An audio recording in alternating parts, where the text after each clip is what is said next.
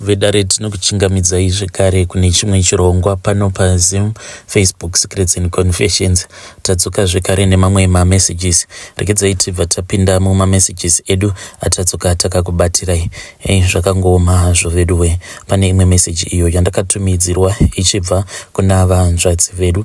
Message yacho yakamira sekudai so: hanzi makadii zvenyu mukomana Ashe, ndinokumbirawo kuti munge muchindipostirawo nyaya yangu makavikawo chitupa changu. Mukoma, zvakaitika ndezvekuti last month iyo takabva kumusha tainge taenda kumariro. Mariro awa ainge ari avatezvara. Baba vemurume vangu vainge vakashayika, asi vatezvara vangu vachinosvika mukunoshayika. Mukoma, pakambotanga paitika madhrama. Zvakaitika ndezvekuti vatezvara vangu ava vakangonzi vainge vangonyangarika vasingazivikanwe kuti vainge varipi. But mukoma, nguva yose iyoyo yavainge vachitsvakiwa ndokubva vazoonekwa kuti vainge varimo zvavo mumba. Saka zvino izvi mukoma, kunyangwe zvavo vanhu vekumhuri uko kwandakaroorwa vasingadi kuburitsa masecrets, but zvinhu zvekuti vanhu vaifanira kuti vatange kunyumwa zvekare, vatangewo kufamba. But anyway mukoma, takazongonzwa zvichinzi vatezvara vangu vainge vawanikwa. Then after 2 weeks mukoma, ndopatakabva tazonzwa kuti vatezvara vainge vava kunyanyisa kurwara. Iye murume akabva ati it was far much better kuti tinge tichimhanya kumusha. Vatezvara vakabva vazoshayika apo patainge tiri mubhazi tichienda kumusha. Chakatanga kundinetsa ndechekuti wangu mwana mukoma akabva atanga kurwara kuya kwainge kuri very serious. Then iniwo bhudhi vangu vanoitawo zvechiprofita, but vainge vari kuno kuJoni. Ndakabva ndataura navo, ivo kunotaurawo nevamwewo vavo vavanoshamwaridzana navo. Vakabva vati zvainge zvichitoda kutoitika ipapo ndezvekuti wangu mwana ndiye ainge asarudzwa nagogo vake kuti ange achizoita mutsamhiro wasekuru vake. Ndakarwadziwa mukoma kuti saka vainge vafunga kuda kundiitira utsinye kuti pavaroora vavo vose vavainavo then vobva vazongosarudza wangu mwana. Apa inini mukoma nemurume wangu tingori nevana vaviri, then patori nevamwe vana mai guru nana mai nini vatori nevana 5, but vainge vasarudza kuti wangu mwana ange iye achizova mutsamhiro wasekuru vake. Saka ndakabva ndazoti kuna bhudhi, zvino bhudhi ndoita sei? Apa tiri mubhazi tiri kuenda kumusha, ndoita sei? Ndoenda naye mwana uyu here? Ivo vakabva vati zama nepaunogona napo kuti mwana iyeye asasvika ikoko kumariro, nekuti kana akangonotsika gumbo rake pamusha then nayewo achange achizotevera sekuru vake. Zvese izvi murume wangu handina kana kumbogara namuudza.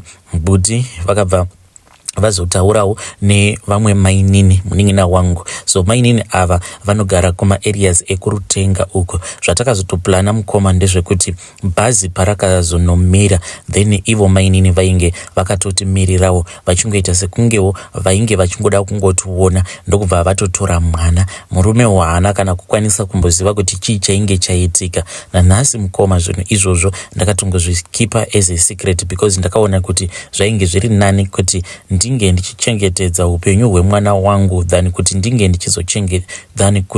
ndichizofadza meso evanhu, nekuti ndaunza mwana kuti ange achiuya kuzochengetawo sekuru vake, then at the same time wangu mwana obva azorasikirwa neupenyu hwake. Saka kana zvichitaurwa nabhuti vangu, ivo vainge vachiti muprofita uyo wavanoshamwaridzana naye iye ainge achiti hanzi vatezvara vangu ava vainge vakabata mimwe mishonga yakashatisisa. Mishonga iyi hanzi vakabva vazongoisiya irimo mumba. Mishonga iyoyo ndo yainge yakamboita kuti vange vachishayika, but yet varimo mumba imomo. Hanzi mishonga yacho ndo yainge yavhara maziso evanhu, nekuti ivo vatezvara vangu hanzi vaitomboita nguva ekutoti vaitoshanduka kutoita bere, ende kana vaita bere kudaro hanzi vaibva vazoenda vachinofukunura nyama, nekuti hanzi paupenyu hwavo hwose vaipota vachienda vachinoviga nyama iyo yavanenge vaita zvimukuyu, asi inenge iri nyama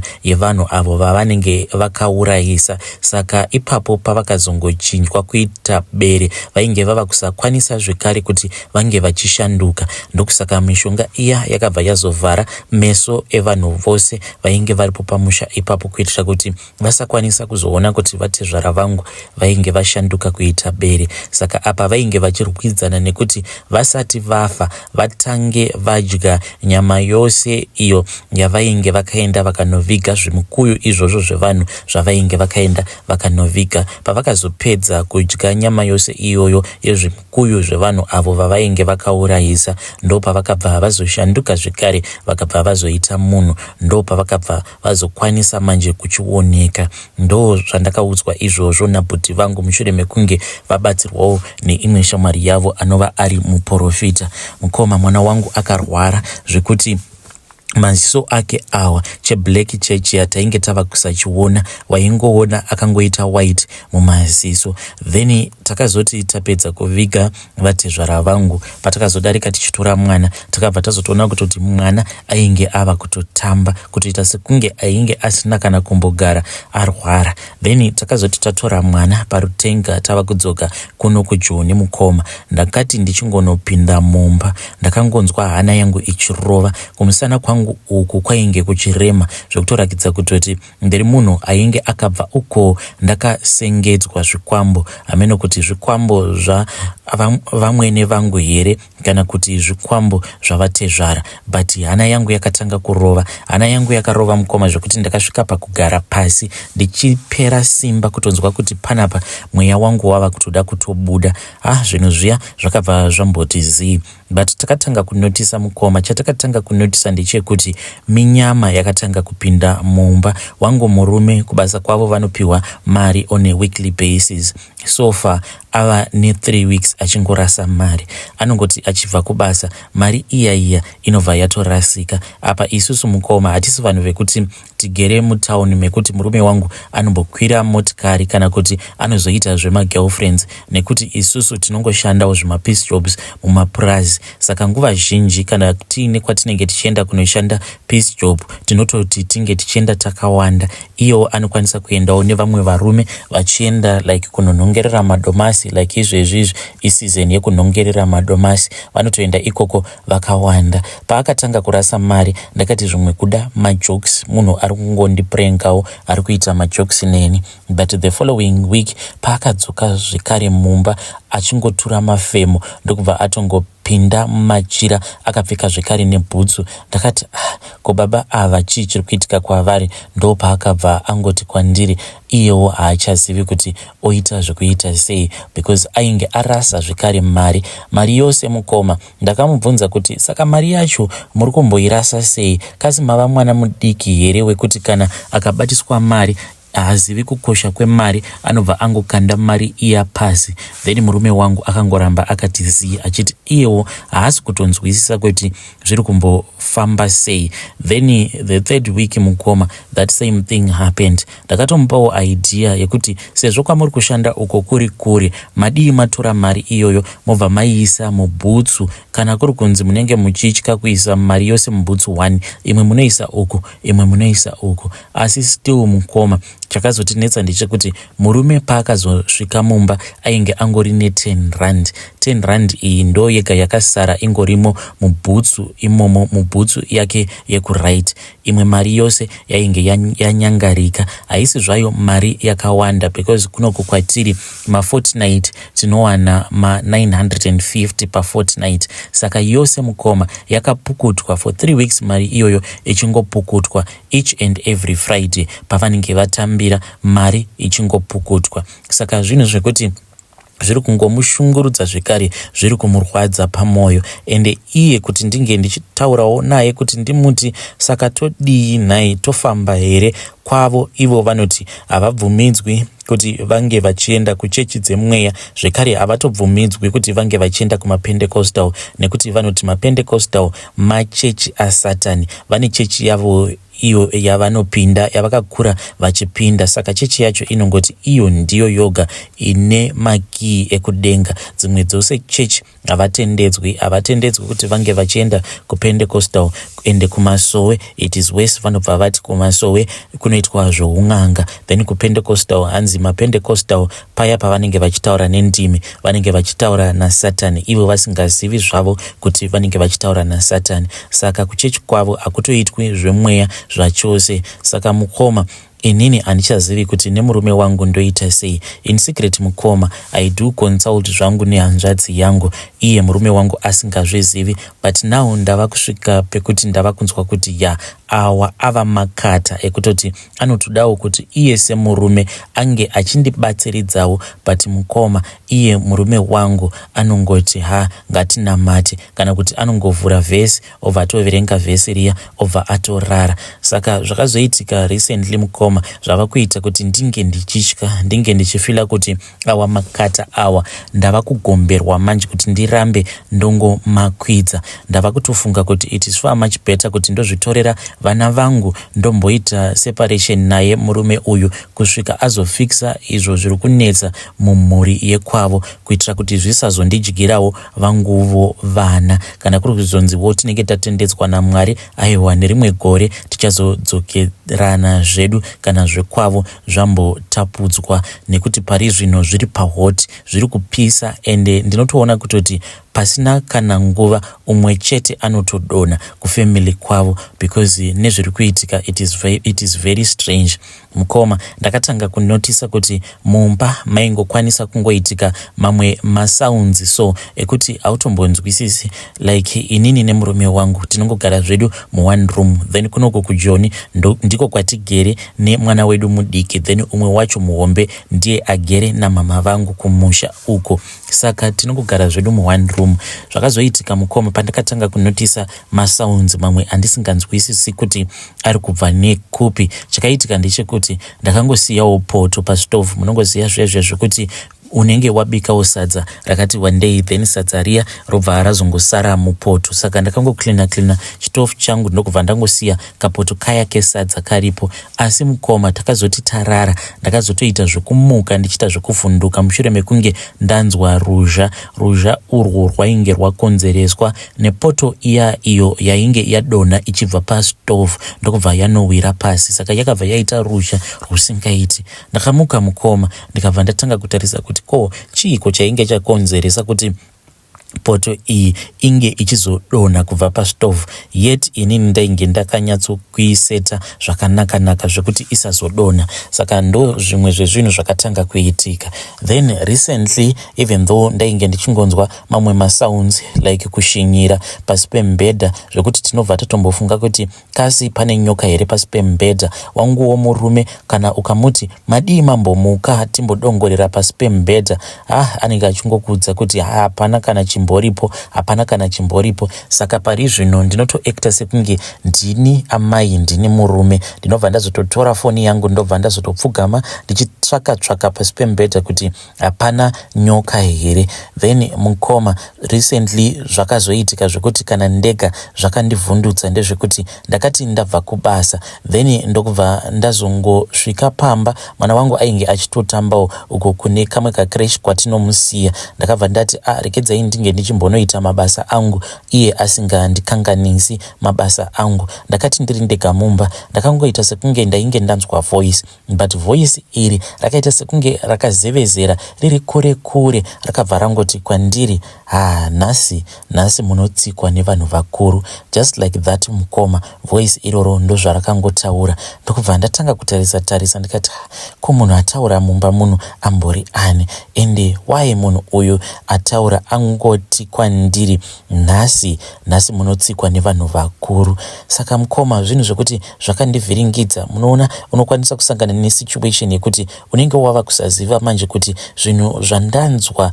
ndezvechokwadi here, is it my imagination, kana kuti what is going on. Ndo zvakaitika ipapo mukoma, zvekuti ndakatongosara ndiine confusion yekusatoziva kuti what had happened. Then murume paakazouya, sezvo ndainge ndisiri sure, handina kana kumbogara ndamuzivisawo kuti ndo zvandainge ndasangana nazvo. Then takazoti tarara mukoma, mwana ndokubva azomuka. Mwana wedu akamuka. This was exactly 12 am achimuka, saka ainge achingoshinyira. Ndakatanga ndichanzwa sound, saka ndakatanga ndaignore because ndaingoziva kuti sound iyi ndo sound iyo yandainge ndichinzwa pasi pembedha. Then kana ndazodongorera ndoona kuti panenge pasina chinhu. No mukoma, takati tisati taenda kunorara, ndakati ndakagara pasi, then mwana wangu akabva ati mama spider iyo, mama spider iyo. Then ndakabva ndatarira kwacho uko kwainge achindinongedzera.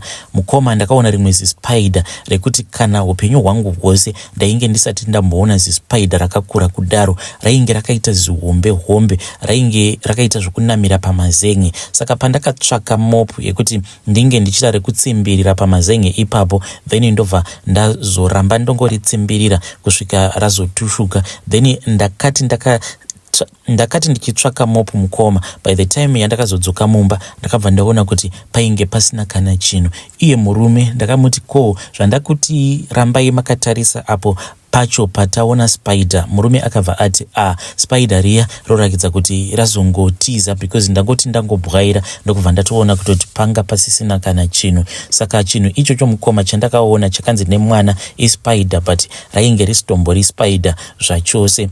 Mwana akazoti amuka achingoshinyira kudaro, that was at 12 am. Apa muviri wake wainge uchiita kupisa zvokuti waiti kana wakamubata so wainzwa sekunge wakabata stove.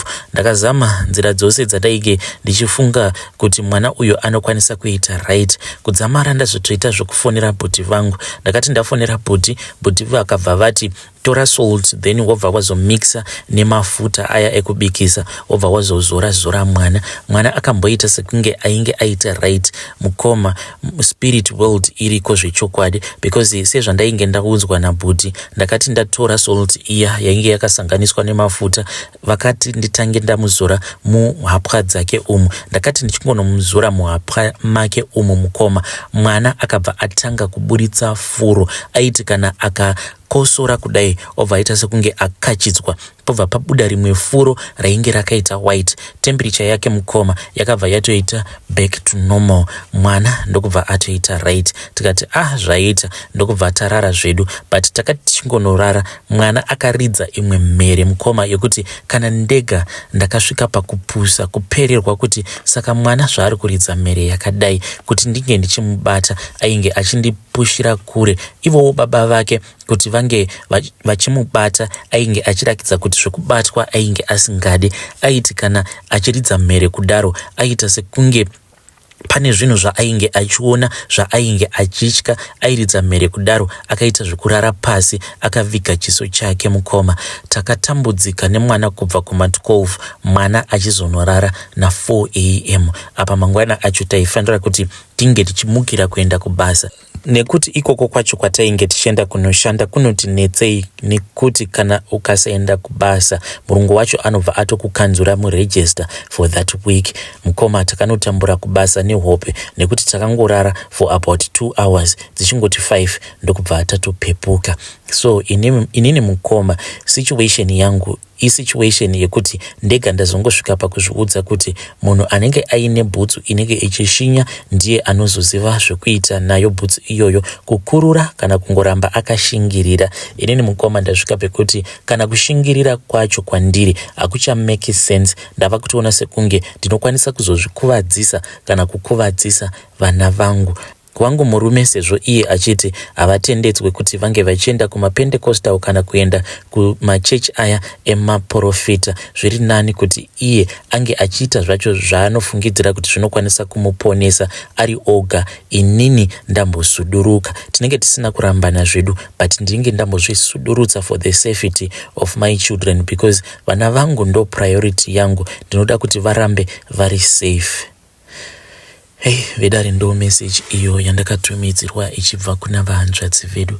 Hanzi inini ndafunga kuti ndimboenda paseparation nemurume kusvika agadzirisa izvo zvose zviri kunetsa mumhuri yekwavo, then tinenge tisina kurambana zvedu. Please advise me ipapo, nekuti vahanzvadzi vedu ava vanga vachiti kunyangwe ndikapiwa minamato nabhudi kana kuri kunzi ndikauya neminamato iye akaiona minamato iyoyo anobva aitora obva airasa because kwavo kuchechi hazvitotendedzwi zvachose.